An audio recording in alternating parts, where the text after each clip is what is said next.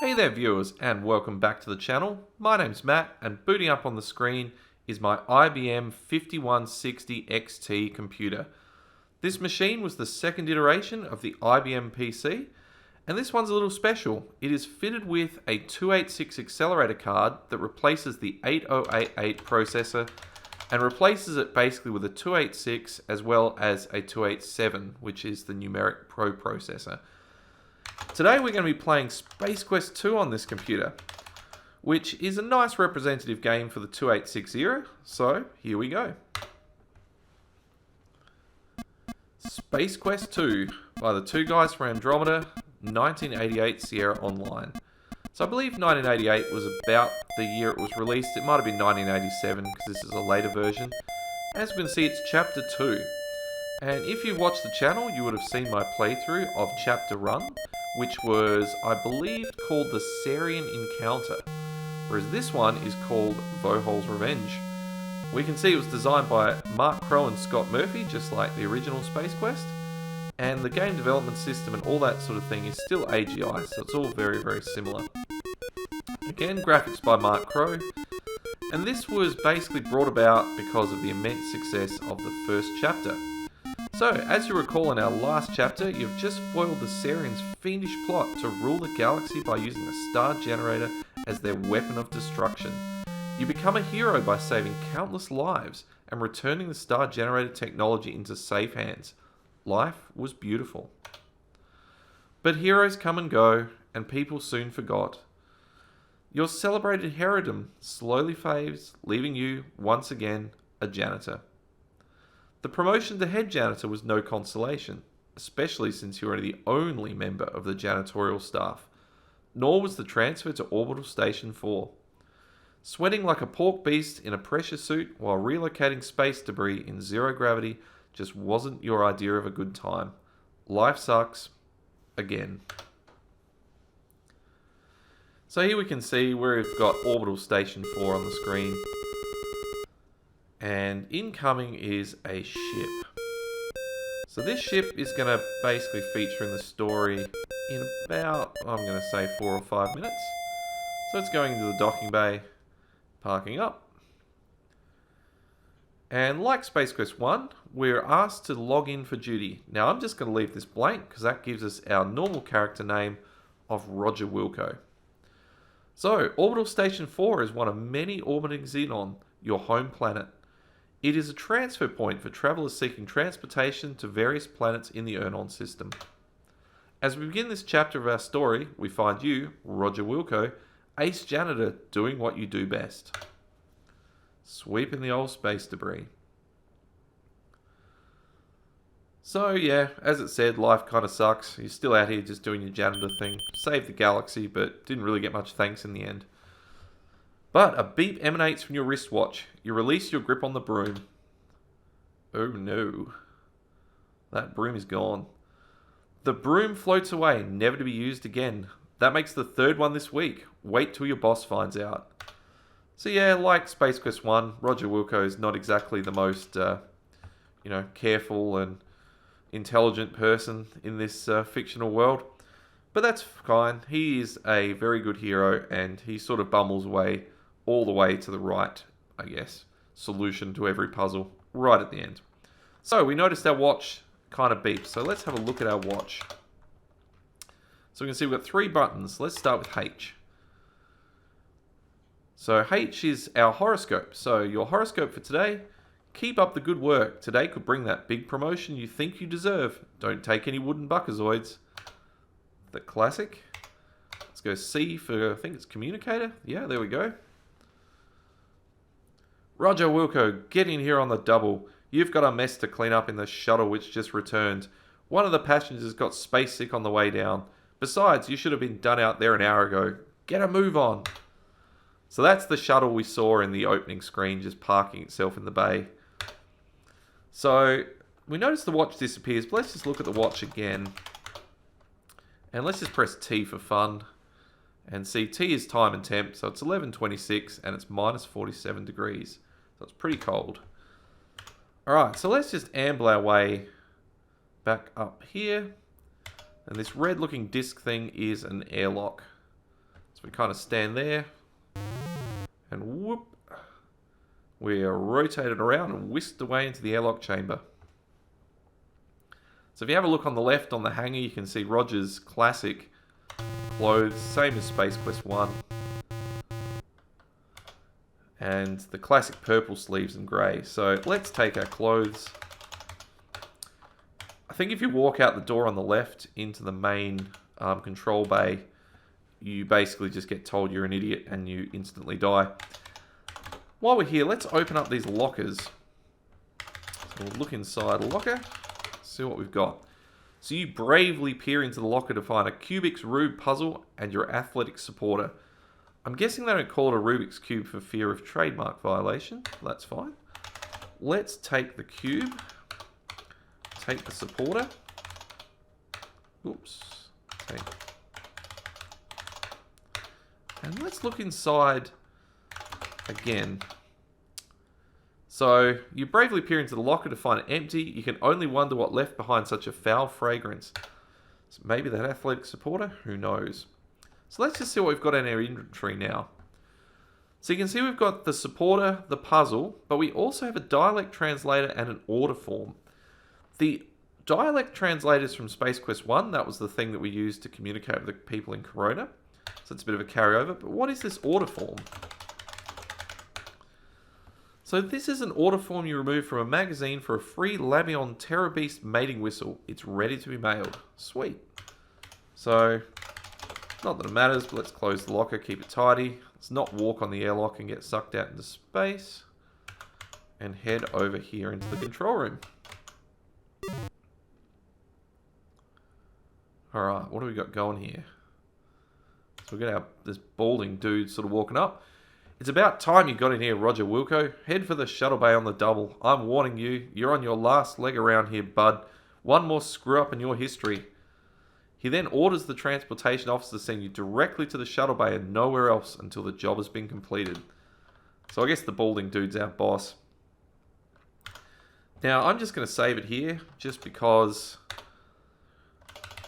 you can see here, I have played this game many, many times. We're going to call this Matthew at start. And again, I'm saving it just because you can fall off this little platform if you're a bit silly. So we're going to go on the platform. I'm not going to touch any keys. And we're going to wander up here. So Space Quest, again, I would have said this in the Space Quest 1 playthrough, but for those new viewers, Space Quest is very near and dear to my heart. I played these through when they basically came out when I was a young kid. So I definitely don't need a walkthrough for this one, and I do know exactly what I need to do and when. So this is not a first playthrough or anything, it's going to be pretty seamless, but I hope you enjoy it as much as I do playing along the way. So here we are in the shuttle bay. We've got this odd looking shuttle here. Let's just do a look around, see what we can see. So you're in the orbital station shuttle bay. A shuttle, fresh from passenger drop-off on Xenon, is refueling its next trip, or for its next trip. A pneumatic transport tube is accessible from the walkway. A refueler replenishes the shuttle's supply. Now, I remember when I was a kid, I used to try and detach this thing, but if you look at the refueler, it doesn't really even know what it is, so can't really do anything there. All we can do is wander up the little staircase here and into the shuttle. You enter the shuttle and start sniffing around for the mess you must clean. You're surprised to find that the shuttle is not empty. There are two extremely ugly suckers walking toward you. Hey, what the... your favourite expletive here? Okay, so we've just got beaten up, I believe. Your protest is cut short as two interstellar ruffians proceed to thump you unconscious. Everything fades. Time passes. More time passes.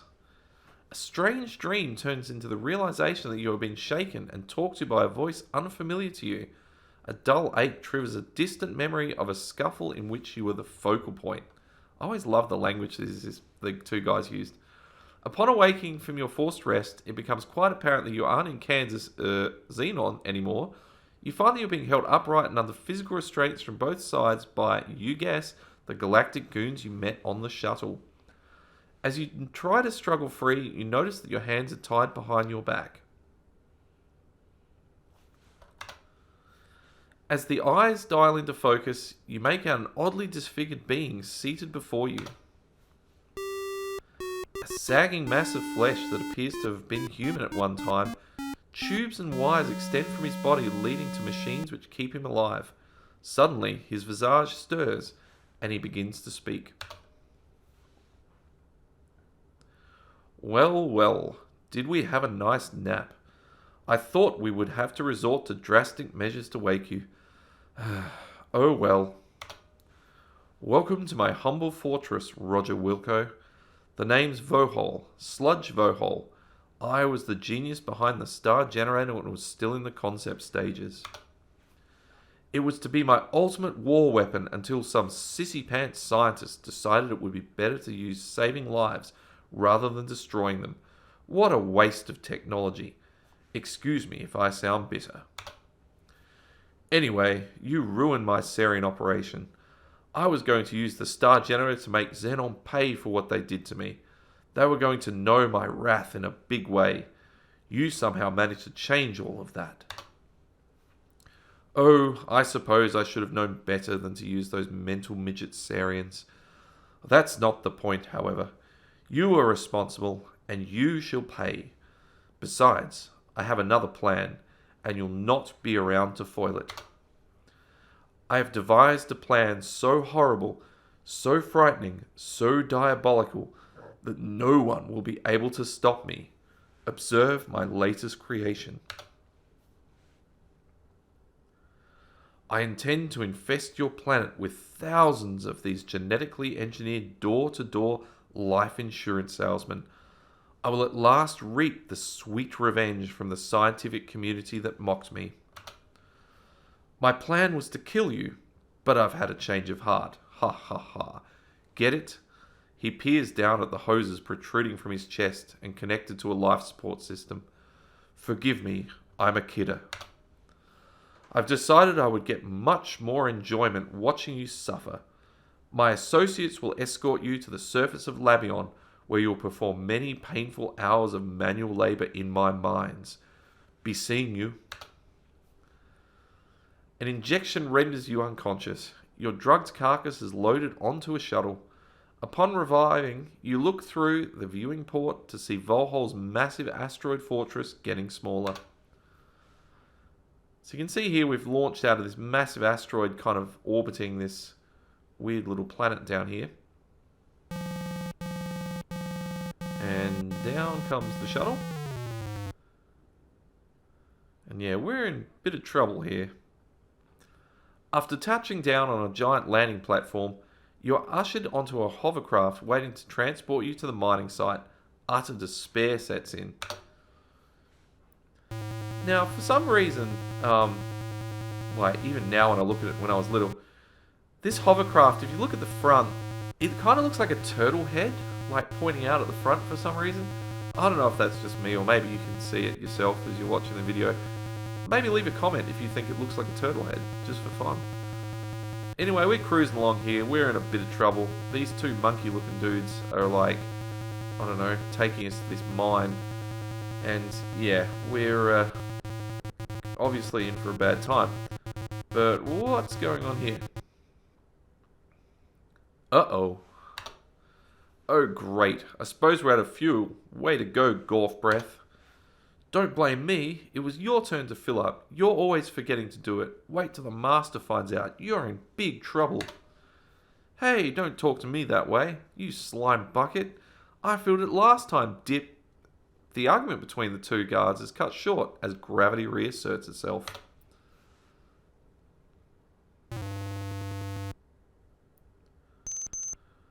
Alright.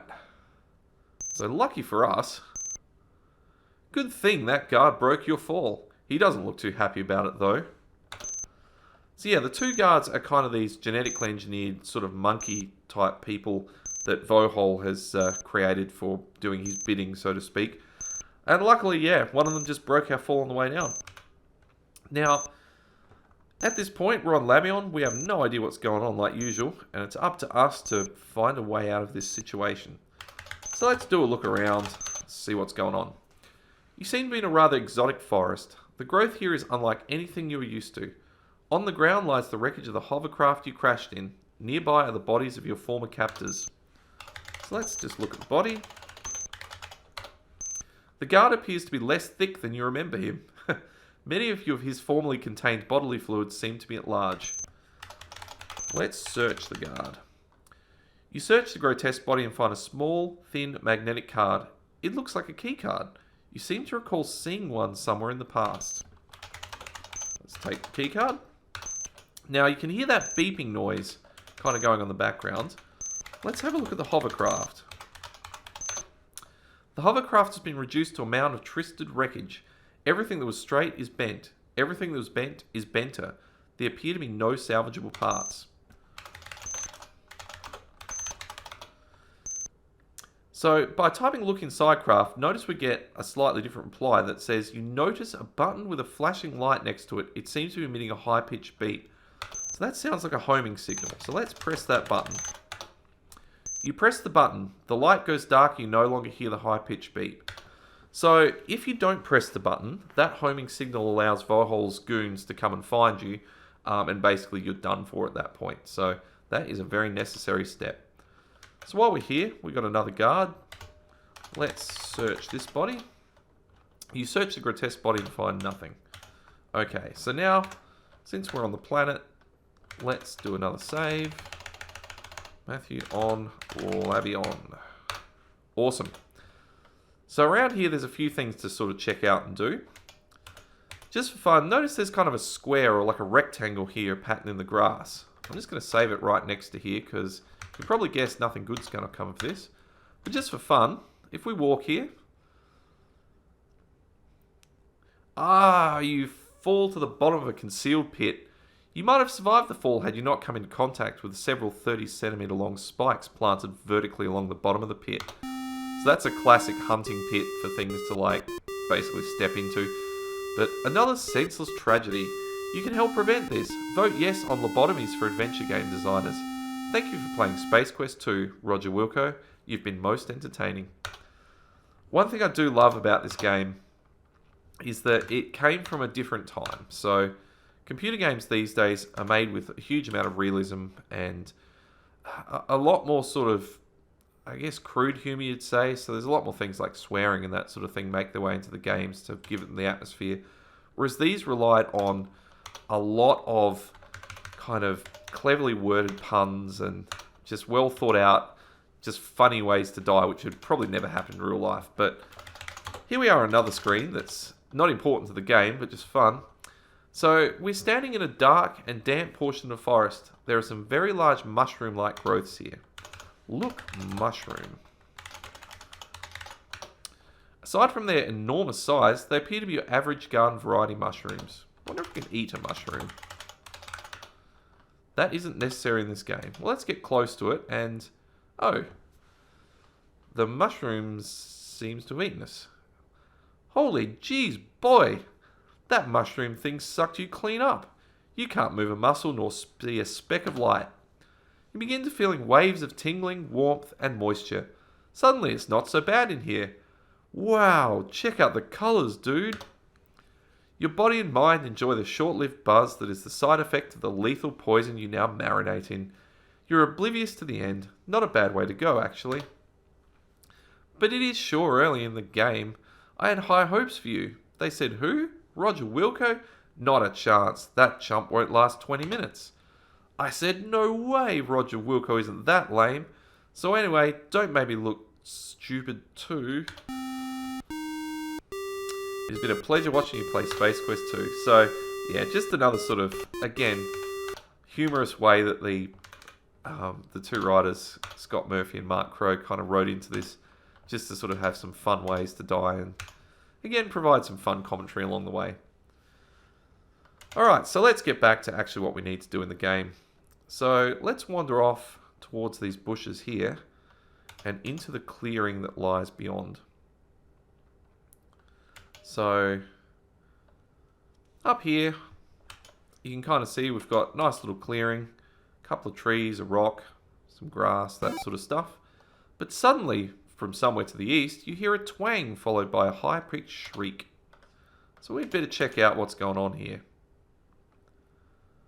So let's head east. And what have we got here? You're in another area of the forest. The growth here seems to be getting heavier. So, look, creature.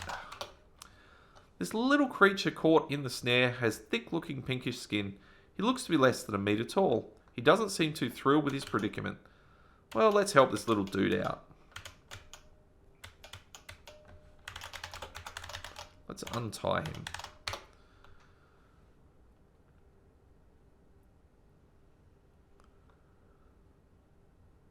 So, he looks happy now. Before disappearing through the tiny hole in the brush, the little creature gives you a long glance. So it's always nice to help out, like, the little creatures and stuff in the game. And who knows, maybe he'll help us later on. Let's take a look at this rope. It looks brown and long. We take it. Without the weight on the little creature, the rope is not within your reach. That's okay. There is plenty of rope later on. So let's wander back to the west and see what we can find. So just for fun, let's go up to the north and take a look what we've got going up here. So again to the east up here we have another screen, and this one has a large swamp in it. So here we can see a swamp. Not a lot doing, just kind of some trees growing in it, bit of mud, that sort of thing. We're not going to wade in there just yet, because that would actually mean certain death. We need to find another clue yet. So let's head off up here to the west and see what we can also find. So again, while we're just kind of wandering, this is chapter 2 of the Space Quest saga. There are 6 in total. And to be honest, number 2 I think has got some of the wittiest remarks and the fun things of all of them. And now we're on the next screen, let's have a look around. There's another clearing in this otherwise heavily wooded area of the forest. There's a plateau near the back. Look, plateau. It is like the other areas, only raised a little. A mailbox sits up there. Hey, there we go. Let's have a look at this mailbox. The mailbox looks typical for a mailbox. There is a slot, a tray, and a sign. Read sign. The sign says Radical Express, when it totally, no doubt, for sure, has to be there a while previously. That's cool. So, you can probably guess we've got an order form. Let's mail our order form. You drop the order form into the box. And some wizardry seems to be happening. The mailbox hums and buzzes for a while. Then, an object of some sort drops into the tray at the base of the box. The machine goes silent.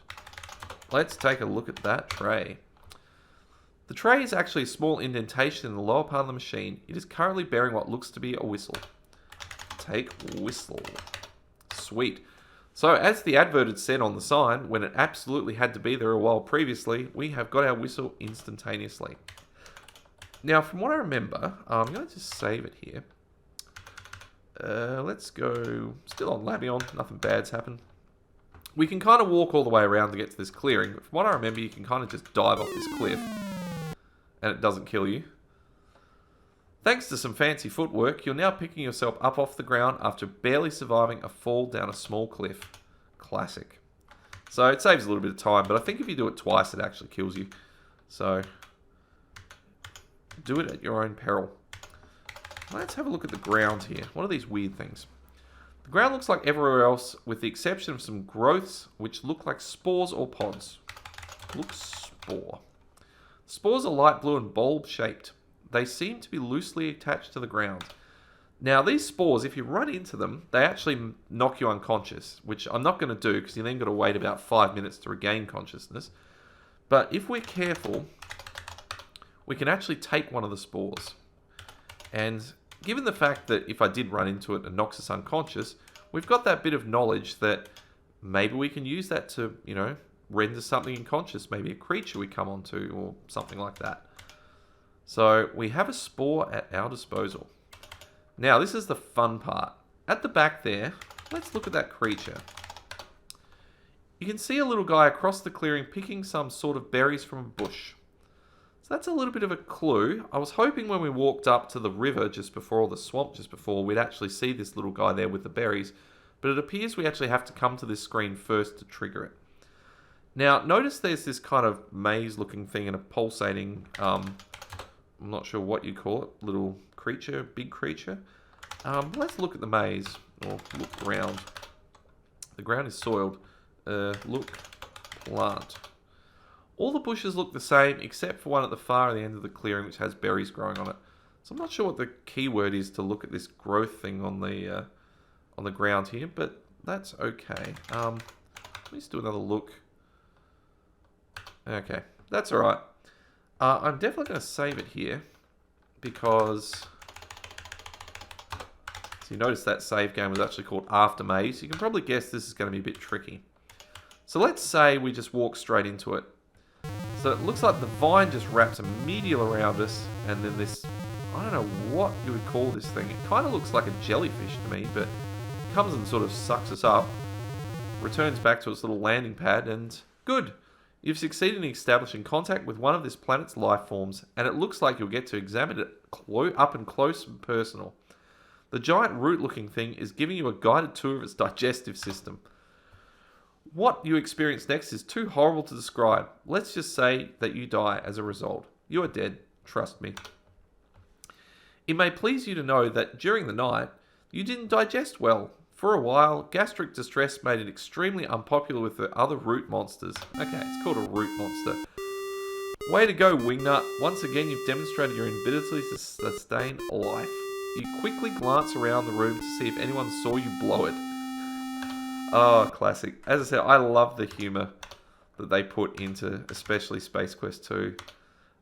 Space Quest 4 also rivals it, but it's really fun just to play it through and just check all contingencies. And again, you don't get that as much. Oh, maybe it's just me, but with newer games, it's more about making it as real as possible and, yeah, again, using swearing and that sort of stuff, which, you know, I'm not against per se. But this just has a bit more of a charm to it. Alright, so this is where it gets tricky because we kind of have to sidestep our way through some of these little bits. I know a lot of people really criticized this part of the game and said it was impossible, but it's really not too bad. I've played it, I don't know, probably 50 to 100 times over my life, and you get the hang of it pretty quickly. So here we are at the other end of the maze. Let's take some berries. The little creature did it, so why not us as well? You snag some of the odoriferous red berries. Great. Let's save it again. And let's just call it mid-maze again, because that's all fine. And let's wander back on through. And hopefully I can do this without getting clipped. I always found walking back was harder for some reason, especially this next bit. So this bit here wasn't too bad, but for some reason perspective up here gets a little tricky. So, oh no, we got it. But yeah, that little bit there's always used to get me, especially when I was younger and even now when I'm a bit older. So I kind of wander through that bit, wander through this bit, sort of sidestep it out, and there we go. Definitely going to save it now. Matthew after maze. Sweet. Alright, let's continue our little quest here. So we've got a spore, we've used our mailbox, we've got a whistle, and now we can head over to that swamp. As I said, I was hoping to see something originally to give us a clue what we had to do, but turns out we had to see that little creature over by the maze first. But the swamp is where we need to go to progress. Another fun thing you can do here, which not a lot of people may know about, if you look tree, the tree around the perimeter the trees around the perimeter of the area have a shiny, slick look. The two in the middle have a duller kind of sheen. So you can see the two in the middle are a little different. I'm just going to save it here. We're going to call this Matthew at tree. So you're probably going to guess not a good thing's going to happen here. Let's climb the tree. This is uncool as uncool can be. It looks like you've adhered yourself to this tree, and like a fly to flypaper. And speaking of insects, here comes a swarm now. Okay, I didn't quite read that right, but you get the idea. You're stuck to the tree because it's sticky. And down come the ants. Oh dear. This looks bad. And all that's left is our skeleton stuck to a tree. You'll be proud to know that you've filled today's nutritional requirements for many of the local carnivorous insects. Adventuring is not always pretty. Thanks for playing, you've been very entertaining. So yeah, another classic Space Quest death. So yeah, adhering to the tree is not a wise plan. Now, in order to get maximum points in this game, we have to evade Vohol's goons who come looking for us. So we turned off the little transmitter beepy thing in the craft that we crashed in, which basically buys us some time. It doesn't mean the goons aren't looking, it's just they don't know exactly where to look. So notice you hear something. It sounds not unlike the hovercraft you wrecked in. Now, provided we stand behind the tree here out of sight, we should be fine. So, any second now. Alright, there's another one of those hovercrafts. Luckily, looks like the dude didn't spot us. Whoa! That was a tense moment. Vohol's thug failed to spot you and is off to search elsewhere. So notice we got 5 points for doing that. That was another one, if when you're playing through really quickly, that is very easy to miss and easy to miss the points. On a faster machine, they tend to pop up really quickly and you generally have to deal with it. But on something like this 286, like the machine, I guess, of the day that it was designed for, it is possible to kind of, go through quickly enough that you won't ever encounter them. All right, here we are. We are at the swamp. I'm going to do another save here. We're going to call this one Matthew at Swamp. Now, did you notice in the sort of, I guess, edge of the swamp there that little guy or little creature was rubbing something all over himself? So that was actually the odoriferous berries. So if we don't do that and we just go into the swamp here and kind of just start walking about, we're going to run into a bit of a predicament. But just for fun, let's run into that predicament anyway. Ooh, what are those eyes? You must be seeing things. So you can see there's some sort of creature or monster that's living under the depths here. That's probably not going to, let's say, be too friendly towards us. You can see behind us, there's something approaching and... oh no.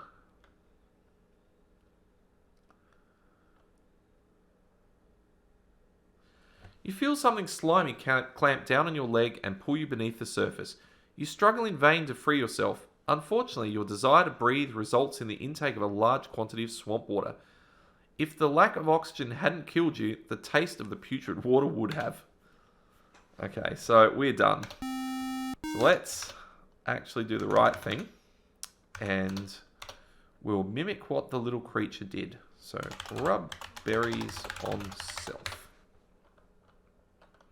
You rub the berries all over your body. You now smell like a walking ammonia inhalant. So the berries have a very, very sharp ammonial smell to them.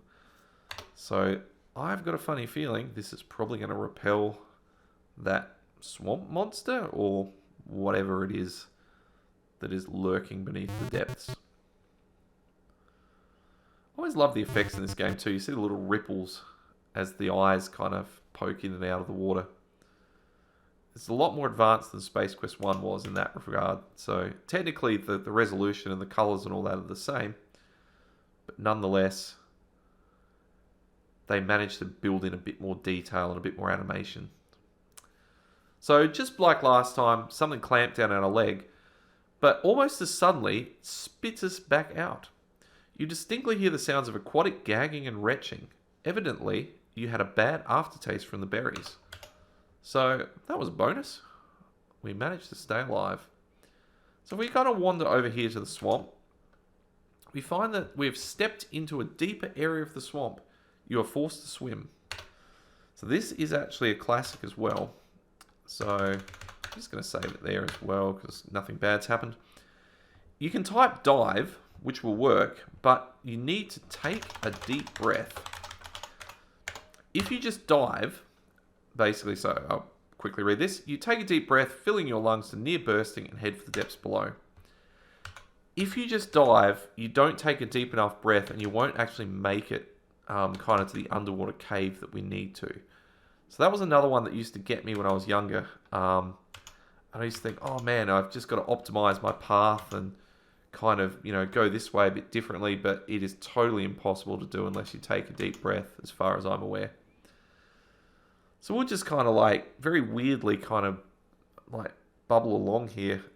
I think with your buoyancy, your legs would be sort of, horizontal, but whatever. Kind of looks cool. So what do we got here? You are in a small grotto below the swamp. A strange light dances off the walls of this cave. Its origin, a glowing gem situated on top of a boulder. Now, how many people there in the audience watched my Space Quest 3 playthrough, which was my very first video I ever did on this channel? In Space Quest 3, we have a glowing gem. The glowing gem in Space Quest 3 is, you guessed it, the glowing gem that we just picked up here in Space Quest 2. We're going to carry it with us all the way. So we're going to take another deep breath. So once again, you wisely take in a load of air and head below. And we're going to do our weird kind of doggy paddle, legs sinking deeper than our head, weird swim all the way back out. So yeah, that gem there is going to make its way with us all the way through to Space Quest 3. And again, if you watch the playthrough, you will know exactly what we do with it. And if you haven't watched the playthrough, it'd be great if you could, and hopefully you will have a bit of fun at the same time watching it, because Space Quest 3 is, again, probably one of my, well, definitely my top 3 favourite Space Quests that have been made. So you've gotten out of the deep spot and you're back on your soggy feet. So let's keep on wandering through the old swamp here, trudging through the mud. I can only imagine what, if this was a real life scenario, what it would smell like. It would be quite unique and pretty terrible, I have a feeling. So here we are, we're kind of nearing the edge of our swamp and back out here onto this grassy, muddy kind of plain. And you sort of see in the distance, there's still a lot of wilderness and wildlife and whatnot. So basically, we're still in the same predicament we were in the middle of nowhere. Now, this is a classic. Let's save it here. I'm going to call this one Matthew at Tree. Those of you who have subscribed to my channel or have opened my channel up would have seen my channel banner. And this is where it comes from. So let's just do a look around. You're in a lightly forested area. A large fissure nearby seems to lead straight down. Let's have a look at this tree. This tree is dead. The bark must have fallen off years ago. It bears no foliage. Well, that's a good sign, so we're not going to stick to it like glue and have ants come and eat us like last time. So what do you say we give this tree a climb? This tree is dead and seems to be free of the slick secretions of some of the others generate. You begin to shimmy your way up the snag. That's a weird way of putting it. Shinny your way up the snag.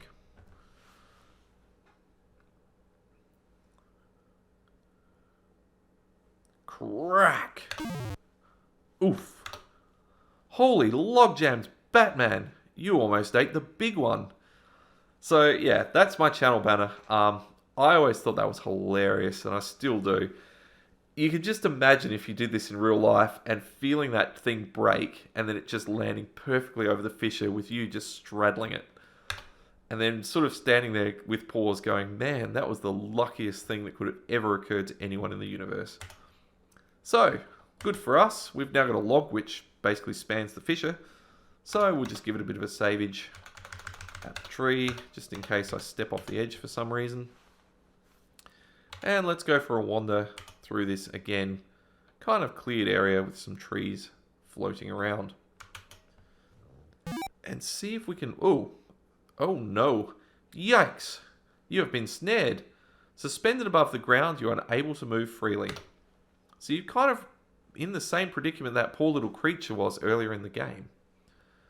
Except, who's going to come and rescue us now? Anybody? No one at all? Oh dear. After a while, the cerebral fireworks begin. Capillaries begin to burst under the strain. You pass out. Once again, time passes. And then some more time passes. While unconscious, you have the strangest of dreams. You imagine that your name is Larry. You're wearing something known as a leisure suit, apparently made of 100% synthetic materials and proven to generate large amounts of static electricity. While prowling a locale known as the Land of the Lounge Lizards, you spend your time badgering women of the area to participate in bizarre mating rituals, such as, just then, consciousness begins to creep in. So that's a little bit of a plug for Leisure Suit Larry, another Sierra game that was released around the same time. Your head begins to clear, and you realize that you have been imprisoned. Your captor appears to be that large oaf sitting near the fire. Okie dokie. So, again, we're in a bit of a predicament here. Let's call this one Matthew at Cage. Now, if we just kind of hang out here, chances are that Hunter is probably going to eat us or do something really bad. So, let's have a look at the Hunter. The Hunter looks hungry. Yeah, definitely eating us looks like it's on the cards. So, how can we get out of this predicament? Let's have a look at the cage. The cage is made of some very hard branches. They might as well be welded steel bars. So we're not going to get out that way. But remember, we've got a little spore on us that caused us to become unconscious. So who knows? Maybe it'll work on the Hunter. And you've probably guessed, yes it does. So let's call the Hunter over. He seems to ignore you. Let's call him again. Now I'm going to just pre-type in here. The Hunter stands and takes a long look in your direction. His face, though strange in its own right, bears an expression one might see of a freak show patron, or on a freak show patron. So in other words, he doesn't think very highly of us. He moves closer. So when he gets close, we can throw the spore. Upon impact with the ground, the spore opens and spews its dust into the air. The Hunter falls to the ground, paralyzed. Sweet. So we could have thrown the spore if he was sitting down. And I think it also renders him unconscious. But because he's so far away, you can't search him. So now that he's close, you search the large, not to mention uncleansed, body of the Hunter. You find a key which might unlock the cage. Other than that, you find only a few assorted parasites clinging to him. Ugh, that's not very nice. So let's take the key. You reach through the bars and take possession of the key. Unlock. Lock. You slip the key into the lock and give it a turn. The lock snaps open. Open gate. Open door. You open the cage door. Now I think if you hang around, the Hunter will wake up. But if we just do a really quick look around, you're in a well-hidden clearing. It is surrounded by three sides on large, smooth rock formations with brush to the north. A cage below is one of the formations. In the center, a campfire burns. One has to wonder about the purpose of a fire during a warm day such as this. A rope sits on one of the boulders. A large beast is lying on the ground. Let's take that rope. And you probably guessed the fire is probably to cook us. So, yeah, don't want to really hang around for that one. And let's get on out of here as quickly as we can. Now, notice there's something taking off. That's the shuttle in the background. We need to kind of get out of here as quickly as possible, because it is possible for the Hunters to kind of turn up in their hovercraft and shoot us there. And I think, again, if you don't turn off that little homing beacon, you're done for 100% at that point, if you somehow manage to evade them up to then. So now what have we gained? We gained a rope. You can probably guess what the rope's going to be good for. So just for fun, I'm going to save it here because I may end up falling off the edge of this fissure.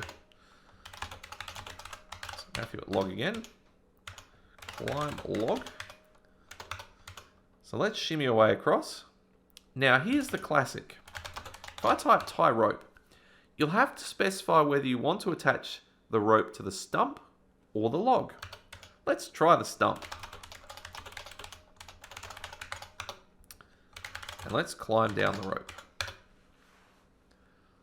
You head over the edge and down the rope. Now, another dude here. So Labion's got a lot of these dudes kind of... Ah! It looks like that stump wasn't a good thing to tie onto. So, another senseless tragedy. You can help prevent this by voting yes on Lobotomies for Adventure Game Designers. So, that's a classic. Funnily enough, I only came across this fairly recently. I was playing this game probably about a year ago, and I just typed tie rope because I was being a bit slack. And I was standing here, and basically it then gave me the option. I'm like, what? There's an option? You can tie it to the stump?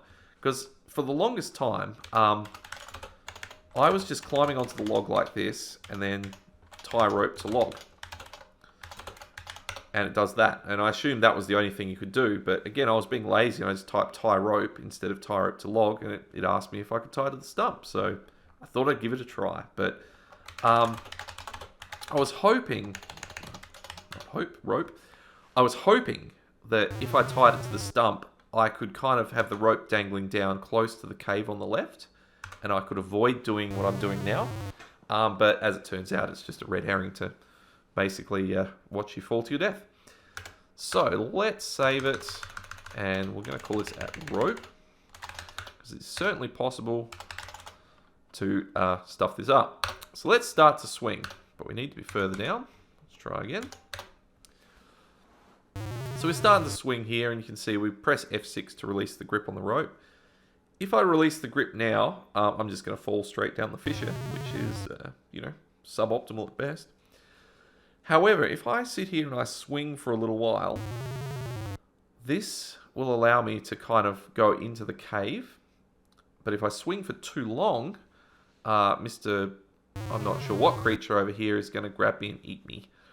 So that will be also not very optimal. So the trick to this one is when we get close, the creature's going to start swatting at us. And at the moment, you can sort of see he's just standing there growling away. So there's one swat. Now we're allowed 3 swats. 2 swats. 3 swats. So we need to make this one count. Sweet.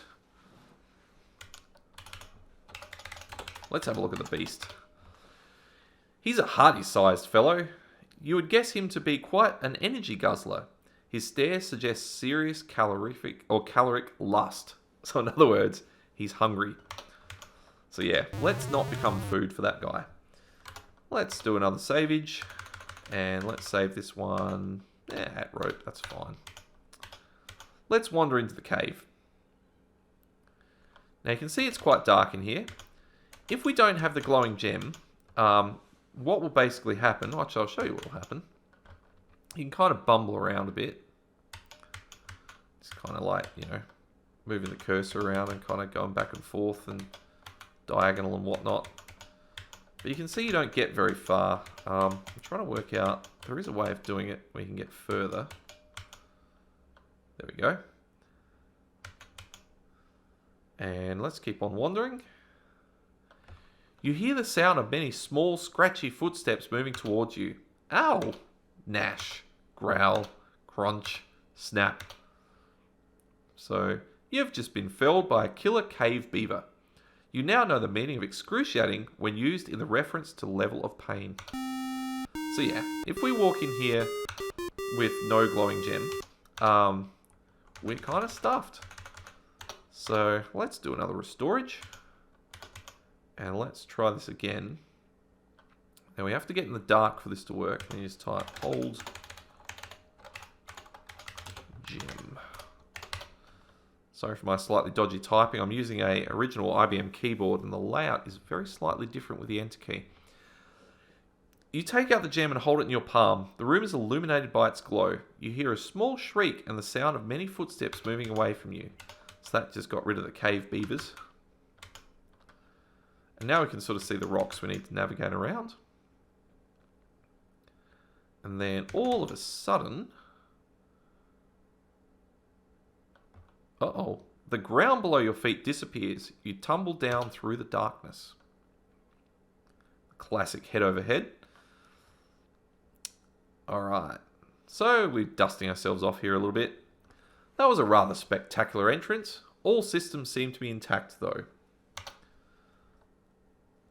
And here go those little creatures just like the ones we helped rescue. The dwellers mumble something. The translator responds with, "Follow us, beanpole."